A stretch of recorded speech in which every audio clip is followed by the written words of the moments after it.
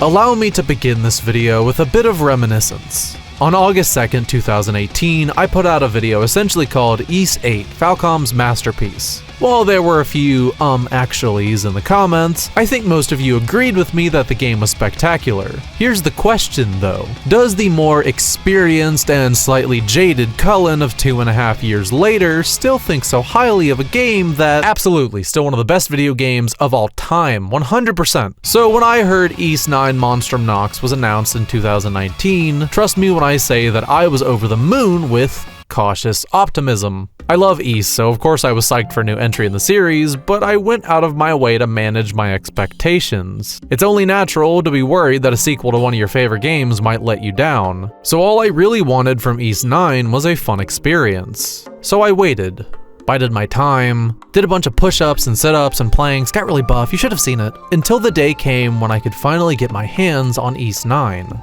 And that day eventually came.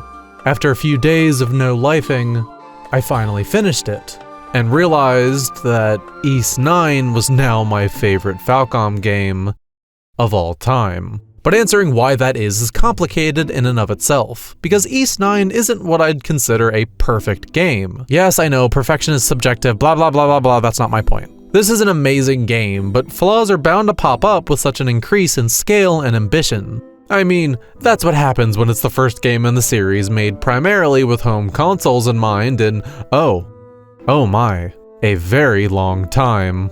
Overall though, Ys 9 hits way more than it misses. Where it occasionally lacks in polish, it makes up for with the story, which is now my favorite that the company has ever made, a fantastic localization, and a gameplay loop that's… okay, wait. I call things a blast too often, so let me see, okay.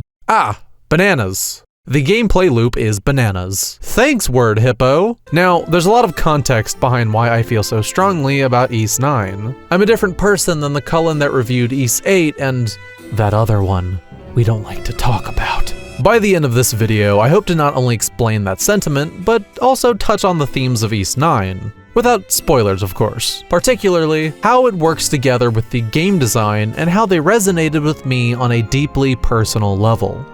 Oh yeah, I almost forgot. Ys 9 has the hottest rendition of Adol out of any game in the series. That's right, baby! You can't contain my love for this man! I'm back! So let's kick this Ys video into overdrive! First off, allow me to catch up any newcomers on what the hell an Ys even is. Essentially, Ys consists of the mostly self-contained globe-trotting adventures of the series' protagonist and fictional love of my life, Adol Kristen, while being framed as one of the 100 travelogues that he wrote before he died. This time around, while attempting to pass through the prison city of Balduke, he and his best friend Dogi are stopped at the main gates by the government. Adol is arrested on sight and promptly interrogated. If you ask me, I'd say the rumors about you are quite inflated. Now, you will answer my questions truthfully and without reluctance.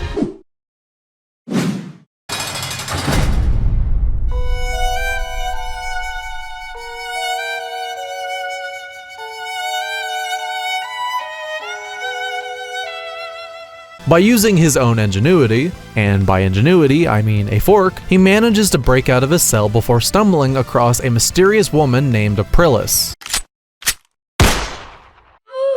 Oh no! Oh my god, you made him more attractive. How is that even possible? Thank you, Queen. I owe you my life. After successfully making his escape, stopping by the Fire Emblem Halloween department store to pick out a disguise, and establishing a new base of operations in a rundown building turned bar named the Dandelion, Adol discovers that he's been turned into a monstrum and given the title Crimson King. He's forced to join Balduke's pre-existing group of monstrum chosen by Aprilis to vanquish the Grimwald Nox. To simplify it, she's your boss, You're all her involuntary employees, and you have to maintain the bottom line or else the world ends. I don't know how the stock market works. Anyway, each monstrum is gifted with unique powers, but cursed from ever leaving the city. Their true identities are unknown, and they're more or less left to their own devices, given no incentive to collaborate outside of their summons to the Grimwald Nox. Each uses their gifts as they see fit, ultimately causing the public to fear them. With no other options and a head of black hair. Okay, come on, that's clearly blue, Falcom. Adol decides to utilize his past experiences to save Balduke and uncover the secrets of the Monstrum's curse. I think one of the areas that Ys 9 excels the most in is how it uses the story and gameplay in tandem to flesh out its core themes. Simply put, Ys 9 is a game made for people like me who thought Ys 8 was the best game ever made. And that's good. More developers should make games for me, because I am pretty cool. The Monstrum curse isn't just some generic bad thing the story tells you about. It's integral to gameplay progression. Each chapter plays out in an episodic fashion, and for a game where a mystery is the crux of the story, that structure is important for maintaining strong pacing. As a result, each chapter is incredibly focused, which helps the player clearly understand what the current objective is, and allows the cast to get an equal amount of development. It also helps that Nissa has learned from the rough launch of Ys 8, because the localization of 9 is stellar. I don't understand fluent Japanese just yet,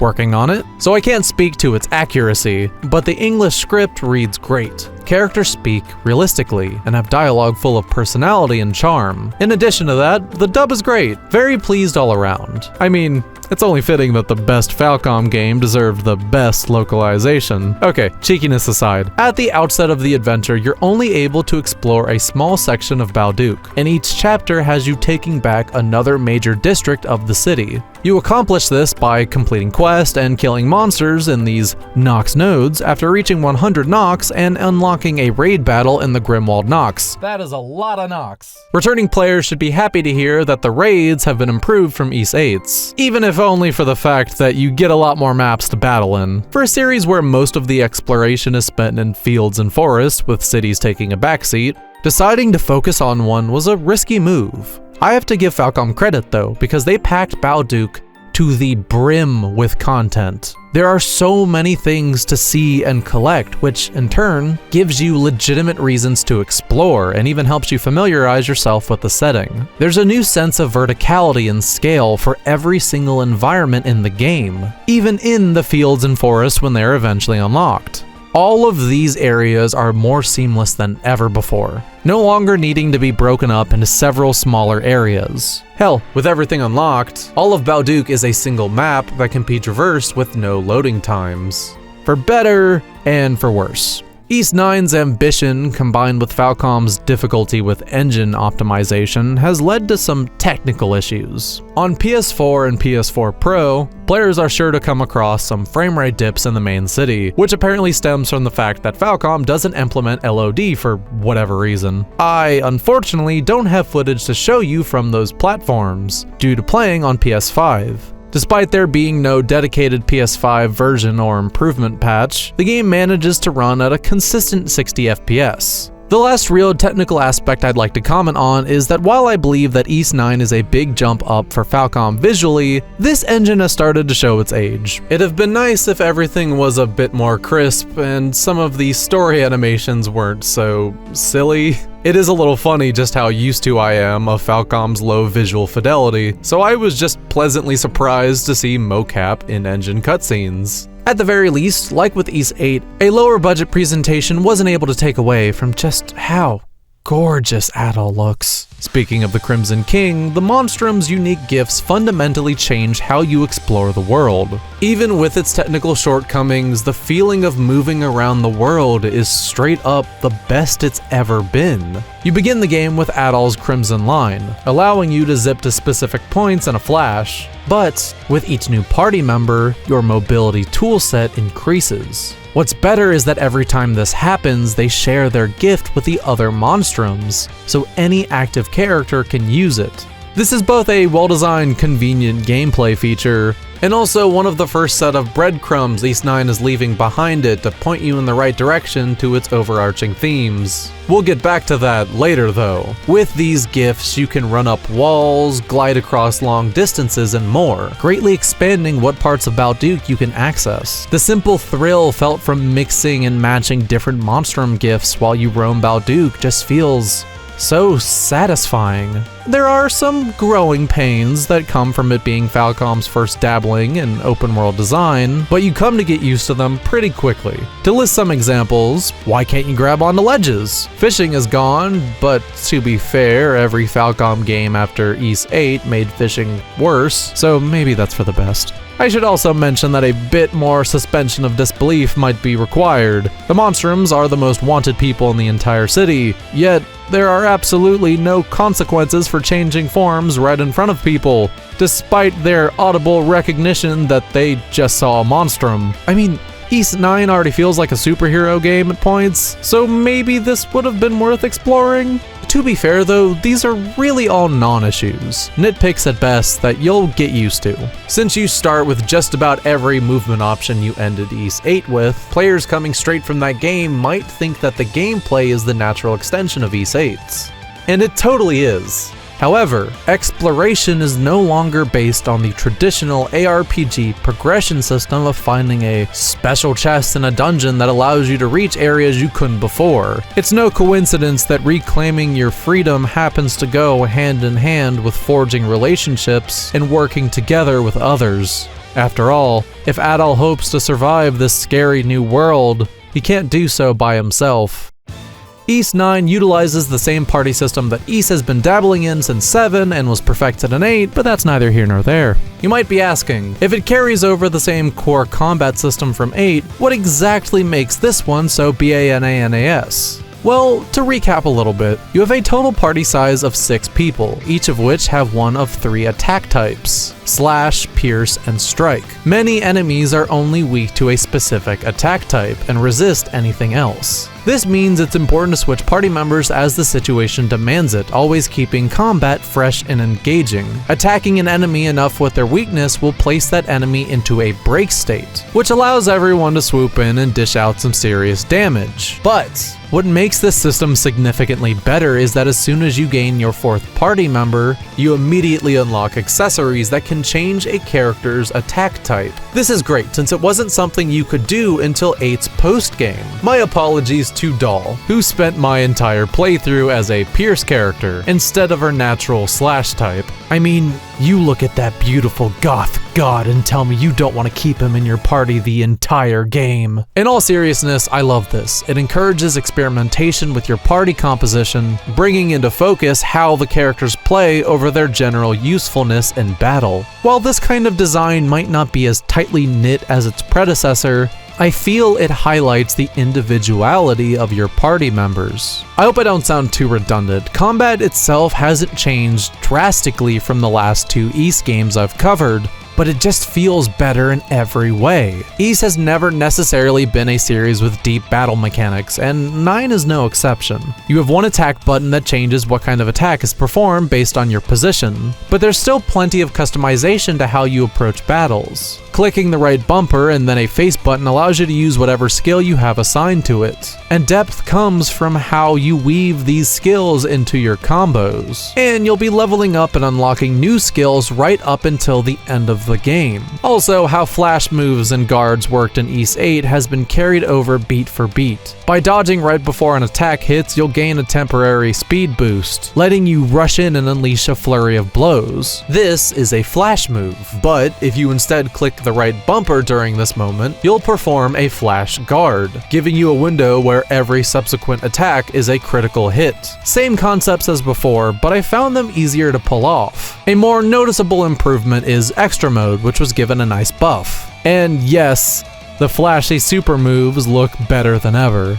If I were to give a nitpick, I'd say that this is probably the easiest Ys has ever been on normal difficulty. You can change the difficulty at any time, but I'd probably recommend you start the game on hard for an experience that most people would consider normal. But what is great combat without great dungeons? I'll say it again.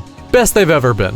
They're amazing, consisting of huge environments where you'll need to use all of the tools in your arsenal to succeed. Monstrum abilities, seemingly designed to give you freedom of movement in the open world, were taken into serious consideration when Falcom designed the dungeons. They're all useful, and Crimson Line and Third Eye even play a part in some of the awesome boss fights that cap off your dungeoneering. I love the bosses in Ys 9, the designs are visually striking and the fights themselves are a lot of fun. With so much freedom, however, it's easy to feel overpowered. And thankfully, the game realizes that. Without getting too much into it, because spoilers, an ongoing side quest chain introduces a series of mini dungeons that strip that power away from you. This frequent juxtaposition is intentional, and a necessary one if you ask me. From a game design perspective, the restrictive nature of these dungeons represent a much needed change of pace so the player doesn't grow tired with the main gameplay loop. But from a thematic perspective, they humble us, conveying a sense of understanding of just how high the stakes really are. Ys 9 uses every aspect of itself to explore its themes. When you're finally able to roam the streets of Balduke, you might be tempted to say that the developers failed to achieve the gothic aesthetic they were going for. I think there's more to it than that, though. See, it was important that your first impression of Balduke wasn't necessarily a positive one. After years of exploring every colorful, tropish fantasy setting you could imagine, Adol had to be put into a drastically different environment, so he and the player could feel trapped. It was risky for sure, but crucial in getting that grim sense of isolation across to the player. Adol is given a reality check. This is a scary, bleak, new environment for him. His adventures have always consisted of gallivanting across new, creative worlds, but here, he's stuck and uncomfortable. Adol the Red's signature crimson hair is gone too, as he's forced to dye it black in order to separate himself from his identity to survive. Which, granted, is a great look for him. Very handsome. But the important thing here is that he's forced to give up a defining part of himself and pretend to be someone else. However, this changes whenever he turns into his monstrum form. Using their gifts, these people who feel unable to escape the suffocating nature of their circumstances are able to bring color back into their lives. As time goes on, you come to a realization. When faced with adversity and placed in unfamiliar settings, people adapt. Adol and the player soon come to find Balduke as a second home. How exactly does one do that? Find a home in an unknown land? How do you become acquainted with a seemingly hostile place? Well, you explore, you mingle, you make friends, you help people with their problems, you open your mind and try to see things from a different perspective. Side quests are a staple of Falcom games, and tend to be where most of the world building comes from. In the Dandelion, Shantae, the owner, sets up a quest board for you to peruse. Okay, can I pause real quick just to say, I love him. It's so nice to see gay representation done well in a game like this. He's flirtatious but never predatory, and has nothing but love in his heart for those in need. His bar becomes home to not only just Adol and Dogi, but also the various misfits in Balduke without any other place to go. He also has excellent taste. You must be Adol. And a doll you certainly are. You're even cuter than I thought. You see, his journey is very much like my own. In the beginning of every chapter, Adol is given a nudge in the right direction towards people in need. Helping them with their problems is the key to unlocking new parts of the map and advancing the story, in a way that makes side quests seem mandatory, but that's not entirely the case. If you remember my Ys 8 video, I mentioned that it was the kind of game that practically begged you to 100% it. And if I didn't, I'm sure it's somewhere between the lines. Remember, kids, media literacy, a very important skill to have. Doing every side quest in that game was the best way to ensure that you got the true ending, and it helped that they were all amazing anyway. But there is no true ending in Ys 9. You can easily ignore everything except for the bare minimum amount of side quest required to unlock the next story area and be on your way. In designing the game like this though, they've refined an idea introduced in Ys 8. I think the reason why I love approaching modern Ys games with a completionist mindset, despite hating doing so for any other game, is that they're built around the concept that you get out what you put in. With no reputation requirement to get a true ending, Falcom has reframed the context behind their side quests. They're no longer a need, they're a want. Yes, you have to complete some to advance the story, but the minimum amount required is not a lot by any means. By going out of his way, Adol comes to understand and sympathize with the people of Balduke. Your party members reveal more about themselves, and you familiarize yourself with the city in the process. I strongly recommend you do all of them as soon as they become available. Not only can you miss some, I'm so sorry, Sue. I failed you and I'll never forgive myself. but they do something I don't think I've ever really seen from a Falcom game. Side quests aren't just one-off events. They can introduce you to new allies, creating a sort of found family in the Dandelion, all of whom help you with your adventure. But the coolest part is that completing them introduces ongoing narratives that unlock new side quests later on.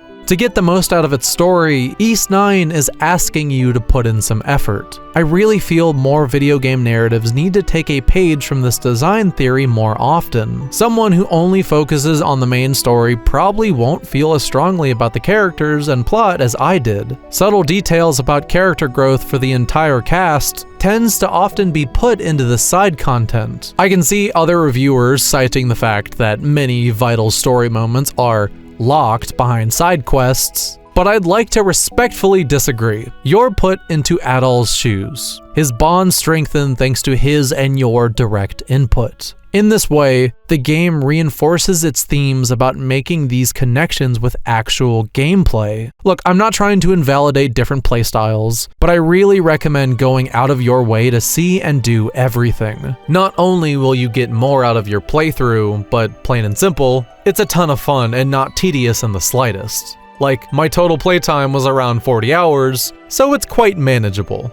I think this is as good a spot as any to address a certain elephant in the room. While most Ys games exist as standalone adventures, the same can't exactly be said for 9. It's true that one could play this without knowledge of past games and still enjoy the conflict of Balduke, but Ys 9 represents a culmination of Adol's life up to this point. There are important references to past adventures that might confuse people unaware about Ys, but on a thematic level, there's more to it than that. I would recommend at least playing Ys 8 before 9, less because it's required and more because it's just a genuinely magnificent game. You see, Ys 9 was built off of its framework, and it adapts its gameplay and progression mechanics near perfectly to fit the new setting. That was also the game that started to put the pieces into place when it came to setting up Ys 9's superb character arc for Adol. The two feel like companion games in almost every way. Many of the heaviest emotional beats for me came from how far the story takes Adol's character.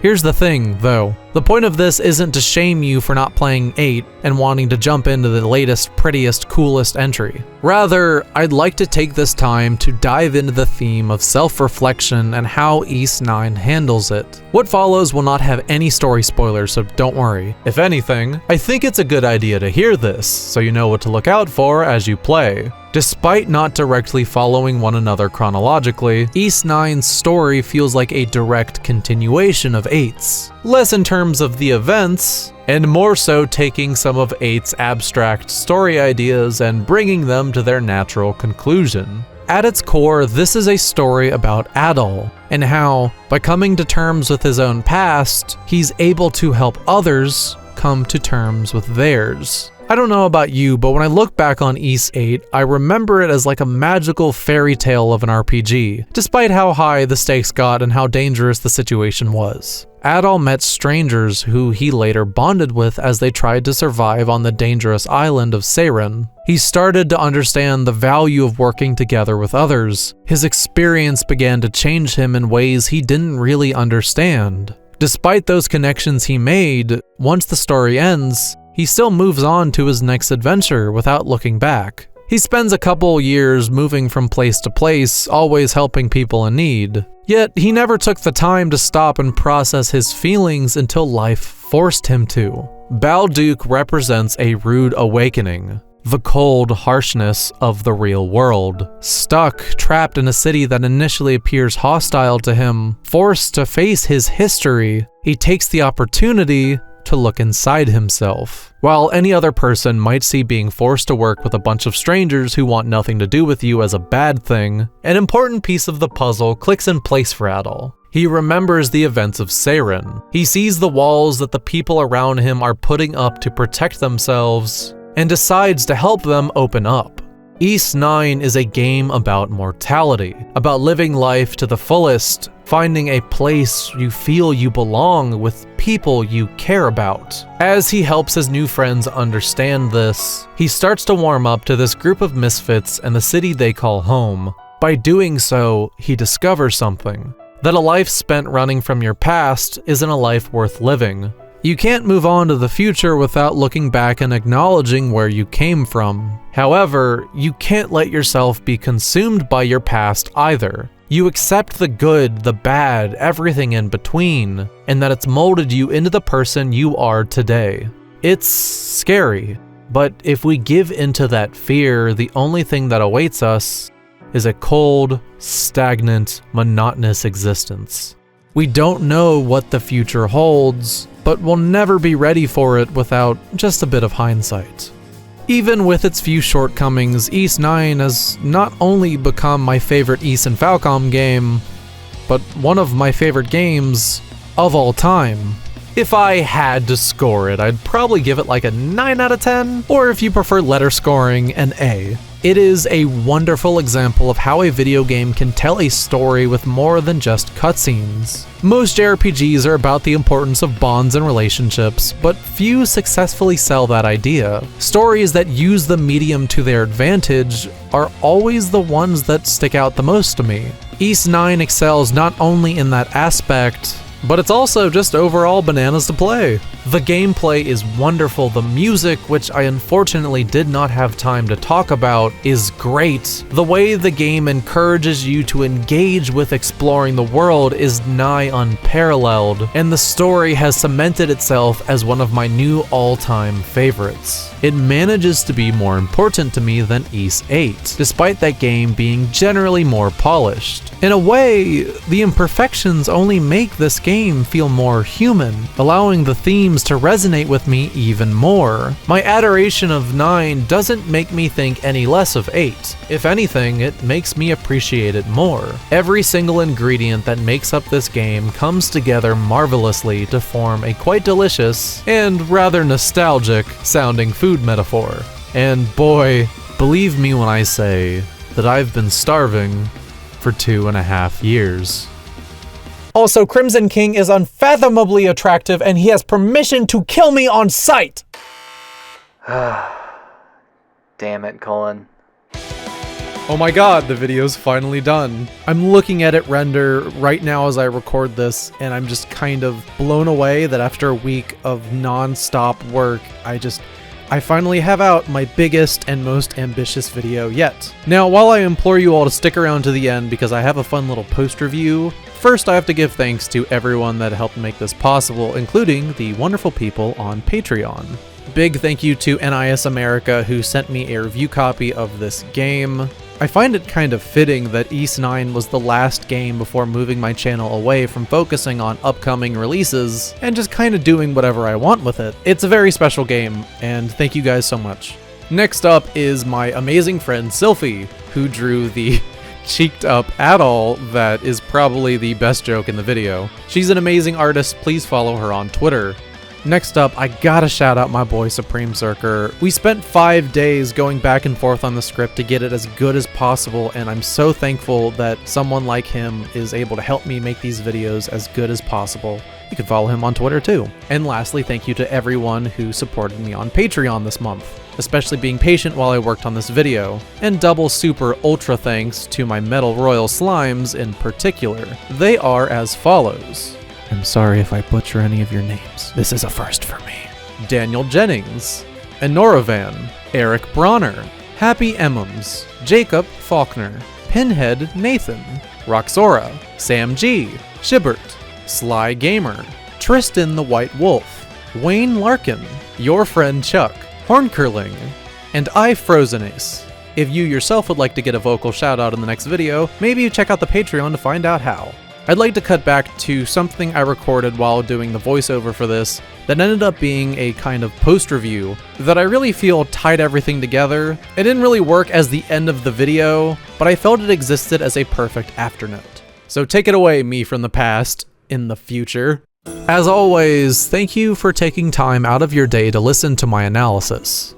And while you might feel that I looked a bit too deep into this one, I hope, at the very least, I've encouraged you to play it, think about it, and come to your own conclusions. I wish I had more time to gush about Ys 9, but unfortunately I'd have to get deep into spoilers and I don't want to ruin the game for you. Just know that, God, everything about this game clicked with me. Importantly, as someone who's in a transitional part of his life right now, this game resonated with me in ways I never expected it to. It required me to take a hard look back at my past, as not only a content creator, but as a person. While watching my older Ys videos, it was crazy to recognize how far I've come in only 2.5 years. I'm beyond humbled that some of you have stuck with me on this crazy ride, and I hope you're all willing to join me in looking forward to future adventures.